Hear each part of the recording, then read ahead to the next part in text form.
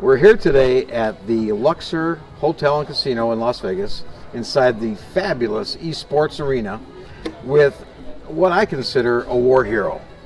Vincent Shank was in World War II, prisoner of war, Bombardier, a lieutenant, right? First. Yeah, first lieutenant. Yeah, he started out second, now he's a first, then he ended up first. A Bombardier on the brand new B-17s. That's right. Vincent, thank you so much for being with us today. I can't even talk, but he'll be fine. It's an honor. It really is an honor. My pleasure. Now, you have an incredible story. You went to San Jose State University. Okay. You were a trumpet player. Right. All right. And then you got into a band and traveled around the United States. Exactly. Played in the 1933 World's Fair in Chicago. Right. That had to be a thrill. At that, especially at that age and everything. Yeah. You know, they don't have them anymore, do they? No, I don't think so. No. And then you played with a band that was a band for the Rat Pack and a number of other famous people as well, right? Right. Wow. Now, then you decided, okay, the war broke out. I'm going to join the Army Air Corp. Exactly. I wanted to learn how to fly. You okay? All right. What happened? How come you didn't actually become a pilot? Yeah. I went to. I was 27 years old, and that's as old as you could be and still be a cadet. Oh. And okay. So right off the bat, I went into pilot training, and I had earned up to 20 hours of solo flight, and I came in. Oh, we were flying Stearmans. Okay. The old double wing job. Sure. You know, and I came in and crosswinded and did a ground loop and wiped out the end of the tips of the wing. And the next day I got washed out. That's the expression they used. Yeah. I remember going to a telephone and calling my mother in Corona and bawling like a baby, sure, you know. Sure. I looked up to that for so long, and to get wiped out, boy. All right. But they said, don't worry, we're losing the war right now, and they need bombardiers. So we're sending you down to Arizona. And I went to Bombardier school, and I graduated in 42-12. Okay. And one of the things I remember about Bombardier School, it was held in Arizona, and it was summertime, and on the bomb site, we used the Norden bomb site. Okay. You know. On the bomb site, we had a rubber cushion eyepiece like this, and we were flying AT-11s, little two engine jobs, and they were sitting in this hot climate in Arizona. And after working with the site, when we quit, we had a great big black round of melted. Oh, it melted on you? Melted rubber. Oh, yeah. Lord. So anyway, those were fun days. I bet you were glad to get out of that hot area. Yeah. So then you became a bombardier, right, on a B-17. Exactly. Now, is that during the time when the B-17s were brand new? This one was. Okay, this one. Okay. All right. Yeah, it was B-17E. E. Yeah. All right. And where did they ship you? To Boise, Idaho. Oh. And they were forming up the 99th bomb. Okay. And I was assigned to the 348th Squadron. And that was a real exciting time. Did you get a lot of practice? I tell you how exciting it was.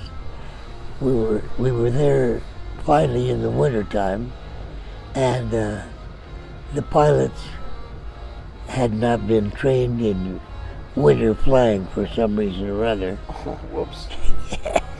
And on one of our first practice missions. We had just landed, and our teammates were coming in, and the pilot, for some reason or other, we were in a snowstorm. Uh-oh. And he came down with a thing called vertigo.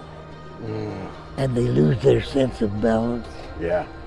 And the pilot, and they plowed right in and wiped them all out. Oh.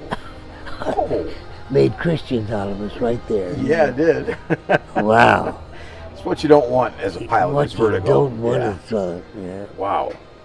So now, after that, when did you end up over in Europe and the fighting? You were stationed in Africa, right? Yes. Okay. One of the things was on the way over.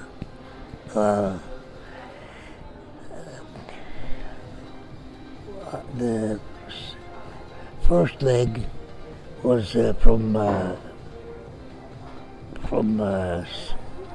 southern Florida. Okay. Across to British Guiana. No, let me see. Brazil? Yeah, Okay. we're not there yet. Oh, okay. It's still up in the British section. And the pilots, there were about 35 of us in this particular group, and they were flying in close formation, practicing. Okay. You know. And we came to a storm, a rainstorm, and they were flying in tight formation, if you can imagine, 35 guys. We're at 10,000 feet. And before you know it, the pilots didn't know where to go or what to do because they were practicing. They were flying on instrument type thing. You Oh, know? jeez. And we're going like this, and there's a grinding crunch. Oh. And we're starting to flop around, and we're over the jungle already. We're in, Oh, jeez. on our way to Brazil. Yeah. And we're flopping around, and the pilot and the co-pilot were both hugging this.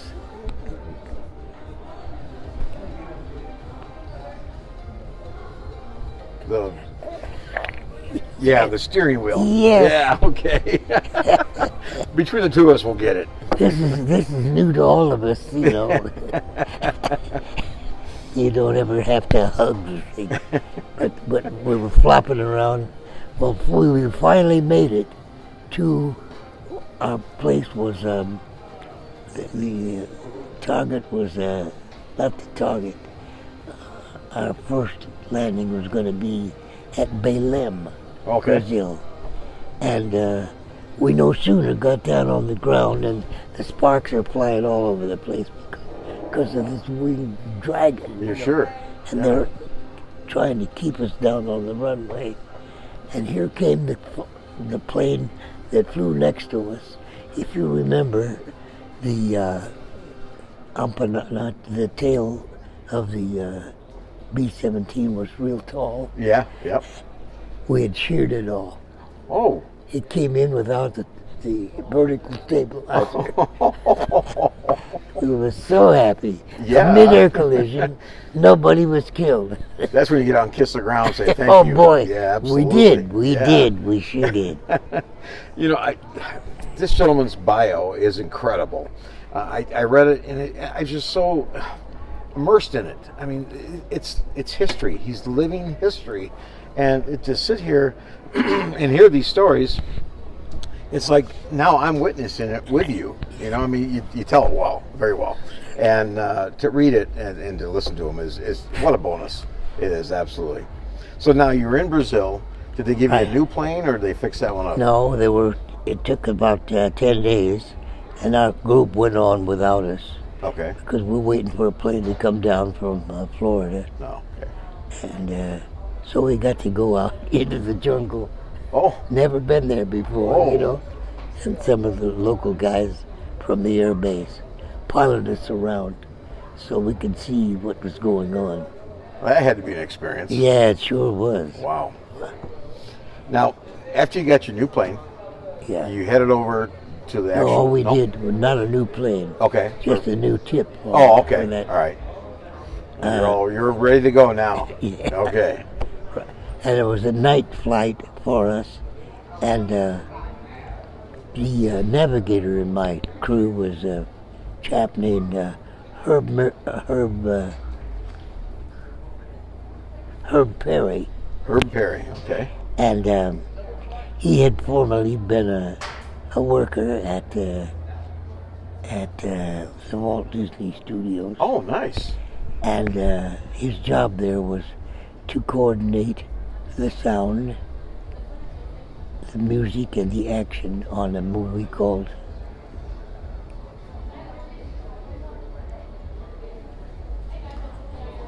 It escapes me right now. Fantasia? It'll come to me.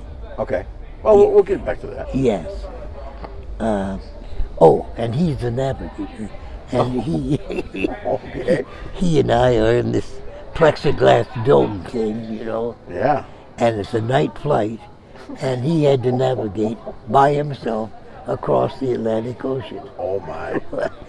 Oh, first time of that, I bet. First time, and Jeez. they had taken out some of our water tanks where the bombs are going to go for extra fuels. Okay. 'Cause we're not used to any flights that long yet. Yeah. And so it was my job to get a hold of his ankle. He was on a little stool, and he had in the top of the plane was a place for his stuff Okay. to hang out. And Wow. he was doing the navigating. First time on the job. Now, was he standing up or was he sitting down? Yes, he's standing up. Okay.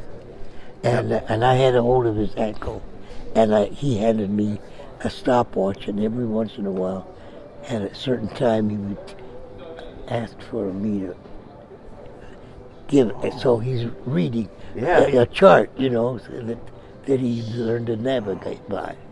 Wow. Anyway, he did a nice job. I guess. First cat out of the bag.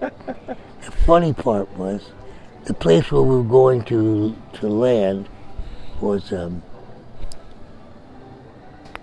the place in the South American continent that sticks out the closest to where we left from Berlin. Okay. And if you didn't hit it right on the nose, the continent veers off this way. Oops. And we were going to need gasoline. Yeah. Anyway, he hit it right on the nose. Oh, good. God, Good. we were so happy. Yeah.